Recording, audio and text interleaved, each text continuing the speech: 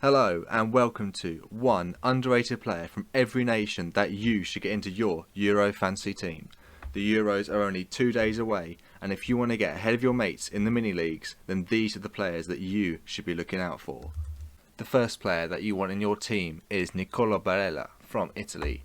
He has got 5 goals and 4 assists in 23 games for Italy, and 3 goals, 4 assists in 36 games for Inter Milan as they won Serie A. He played 85% of the minutes for them this season, got a good discipline record, only 1 yellow card in 23 international games, playing in front of a solid defence, and with Verratti sitting in this formation, even though he's playing at centre mid, he should be able to push up the pitch and assist the likes of Insigne and Immobile. So at a good price, not selected by many people, definitely go for Nicolo Barella.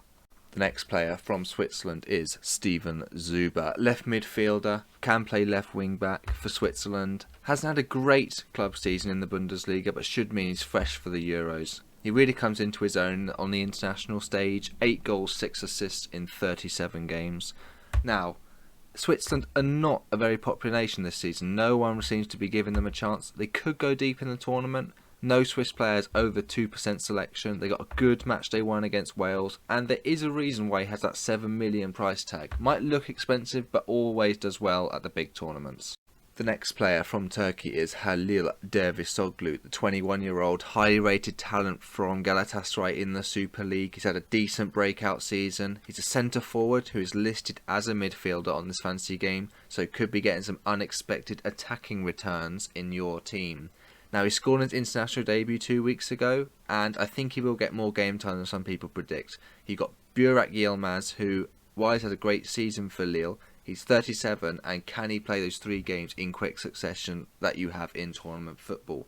A lot of people are fancying Turkey this year, and they play their matches early in the game week, so if he doesn't perform, you can just sub him out.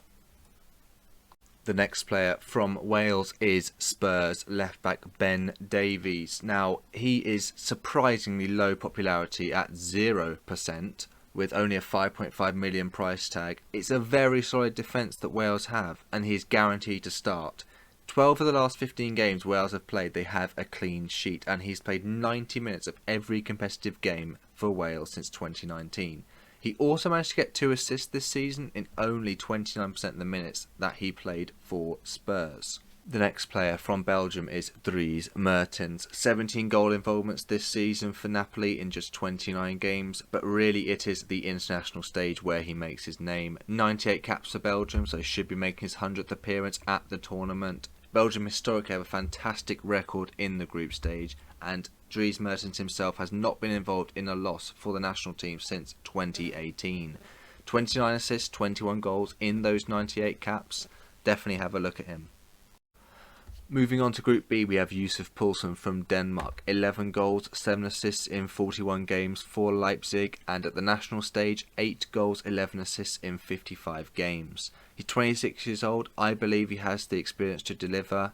Denmark have already scored 14 goals in 3 competitive games this season. Finland and Russia are 2 teams which don't keep many clean sheets, so definitely get him at 1% selection. Now, Finland are a very difficult team to predict. They've got 7 midfielders all listed at 5.5 million. I've gone for Fredrik Jensen. He's a 23-year-old, plays for Augsburg, and has been playing at centre forward for his national team, but is listed again as a midfielder. Of the 4 goals Finland started when he was playing in the Nations League, he scored 3 of them, and he should start because of this. Finland will be playing with no pressure at their first international tournament, and they should be playing with a lot of passion. Not much chance of returning versus Belgium, so make sure you transfer him out before then. On to Russia, and I have gone for Georgy Zhukia, who's a centre-back, plays for Spartak Moscow in the Russian league. They came second this season. He played 90% of their minutes. Russia are a good team. They reached the World Cup quarter-finals, only losing on penalties in 2018, and no Russian, despite their favourable matchups against Finland and Denmark, has over 1%. So make the most of that and go for a centre-back.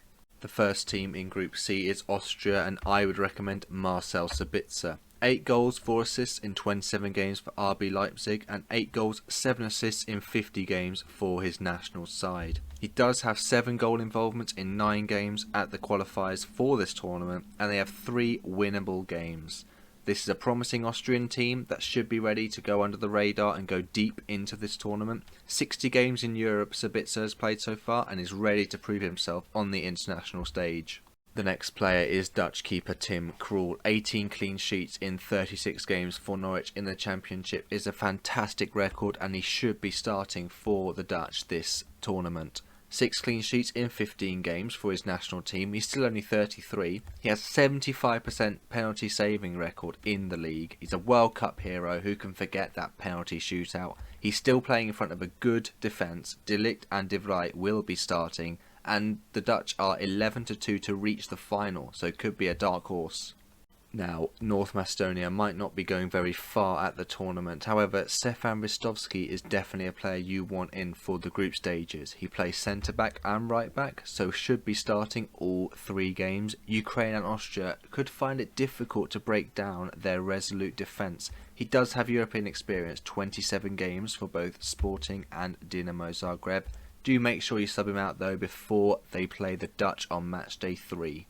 The next player from Ukraine is Mykola Shaparenko, a 22-year-old who plays for Dynamo Kiev. He got 4 goals, 4 assists in 24 games and also played 11 games in Europe this season. He's a centre mid. Ukraine got 4 goals in their last friendly, and don't forget they held France to a 1-1 draw in March, and last October beat Spain, in which Shaparenko played 90 minutes in both.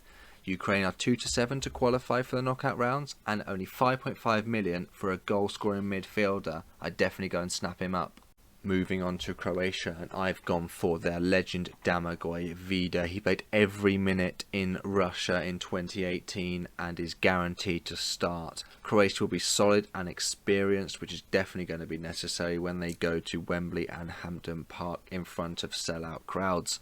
5 goals in 34 games as well for Besiktas, as they won the Super League on goal difference. He's also in with other winners. Dejan Lovren won the Russian Premier League, Borna Barisic won the Scottish Premier League, and Simi Basalko won La Liga. They could also make the most of a nervous England team, and with 2 teams that have a good chance of beating, definitely go and get Domagoj Vida.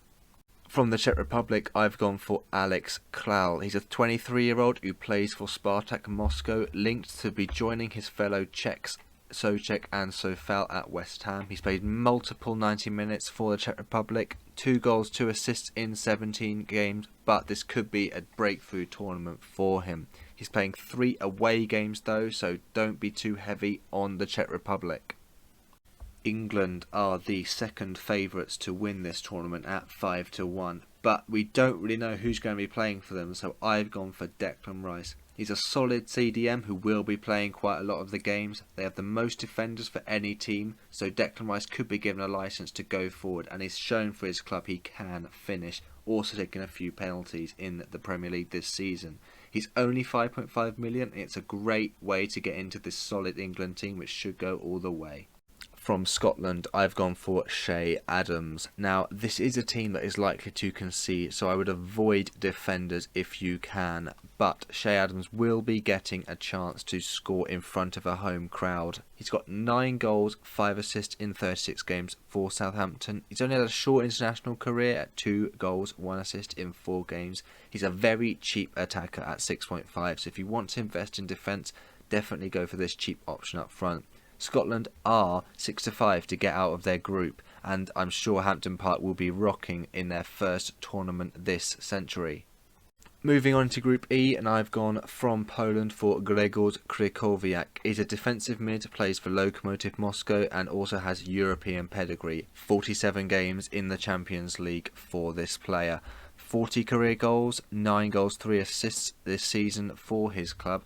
Poland are 9-4 to reach the quarter-finals, and if Lewandowski, who's in the form of his career with 48 goals, 9 assists in 40 games this season, gets firing, then who knows how deep they can go. Slovakia is their worst team to play against in match day 1, and Sweden are also without Ibrahimovic, and Spain are without Ramos, so definitely look at Polish players. The next player to look at from Slovakia is Tomáš Hubovčan. Now, I would avoid midfielders and attackers from Slovakia. Hamšík 8 million, Weiss 7 million, definitely steer clear of those. However, in defence, he's also playing alongside the likes of Skriniar, Pekarik and Martin Dubravka in goal. Not a risky purchase, only 4.5 million, hardly anyone's picked him, and he could be good for a match day 1 clean sheet, as Poland do tend to start tournaments slowly. He's versatile, can play across that defence, experienced, he's 35, 69 games, and he'll probably start all of your matches. Moving on to probably my favourite pick from this video, this is Alvaro Morata for Spain. Moving on to what is probably my favourite pick from this whole video, it's Alvaro Morata from Spain. He's cheaper than Lukaku, Mbappe, Kane, all those big centre forwards you're looking for, and still has a fantastic international record. 19 goals and averages a goal every 124 minutes for his national team. 20 goals, 12 assists with more than one contribution per 90 this season. He's playing alongside Ferran Torres, Thiago, Jordi Alba, Oyarzabal. They're 15-4 to reach the final. Bit of a dark horse, but at only 3% selection, definitely go and pick up Alvaro Morata. The last player from Group E is Swedish captain Sebastian Larsson. 129 games, 10 goals, 22 assists for the 36-year-old. Could this be his swan song from the national team? He reached the quarterfinals of the World Cup at the last major tournament. He's playing alongside Alexander Isak, Marcus Berg, Kulusevski, Quaison, Forsberg. They've got a great team and could go far in this tournament. Bit of an underrated team again at 0% selection. Definitely go and get Seb Larsson. And lastly, from Group E, I've gone for Swedish captain Seb Larsson. Now, he's a fantastic player, has been for many years. He's 36 years old now, 129 games, 10 goals, 22 assists for the national team. Reached the course of the World Cup in 2018. He's playing alongside a great set of attacking options: Alexander Isak, Marcus Berg, Kulusevski, Quaison, Forsberg, etc. They're an underrated team and could go far in this tournament. Now, I know this video is supposed to be for underrated players, yet for France I've gone for Paul Pogba, as he's only selected by 5% of people. He's a massive name player in a really tough group, so he needs to be there for all 3 games. 10 goals, 8 assists in 79 games for France. He's played every minute of the knockout rounds in their last World Cup win, so he's trusted by Didier Deschamps. He needs a big tournament, as he hasn't delivered for Man United this season. He's still only 28, so look out for Paul Pogba. The next player from Germany is Mats Hummels. 5 goals in 33 games for Dortmund this season, so can get you points at both ends of the pitch. Played 90s in both warm-up games. Germany did fail to get out of their group in 2018, but this is Joachim Löw's last tournament, and I think they will go out with a bang. Germany plays last in each match day, so you can sub him in. He's a good option for a clean sheet if others fail. If Germany get on a roll, however, they can be very hard to stop and could even win the tournament, as in 2019 when he played all 120 minutes of that final against Argentina. The penultimate player in this video is Kevin Varga from Hungary. Now, I would avoid defenders and their goalkeeper Peter Gulácsi in this fantasy game because they're in a really tough group and I doubt they'll keep many clean sheets. Varga, however, has averaged a goal contribution every 3 games this season in the league, and Hungary will be sitting deep, so there'll be opportunities for wingers like him to get on the break, maybe snatch a goal. 3 goal contributions in just over 3 games for Hungary, and he started both the friendlies on the wing and assisted the winner versus Cyprus in their last warm-up game. And last but by no means least is Pepe, the Portuguese centre-back who plays for Porto. He started and kept a clean sheet in his friendly against Spain, and he's an international legend, probably in his final tournament, so he should start those group games. Cheap way into the defence, featuring Ruben Dias, Cancelo, Guerreiro, and there's 2 goals in 15 games at the Euros, 2 goals this season for his club, and don't forget his Champions League performance versus Juventus, where he played 120 minutes and made 18 clearances, still shows he's got it at the top level. So there we have it, there's 24 players for you to have a look at for your fantasy team. Do let me know if there's any that I missed out on and if you use any of these players in your tournament, and please do leave a like on the video if you enjoyed it.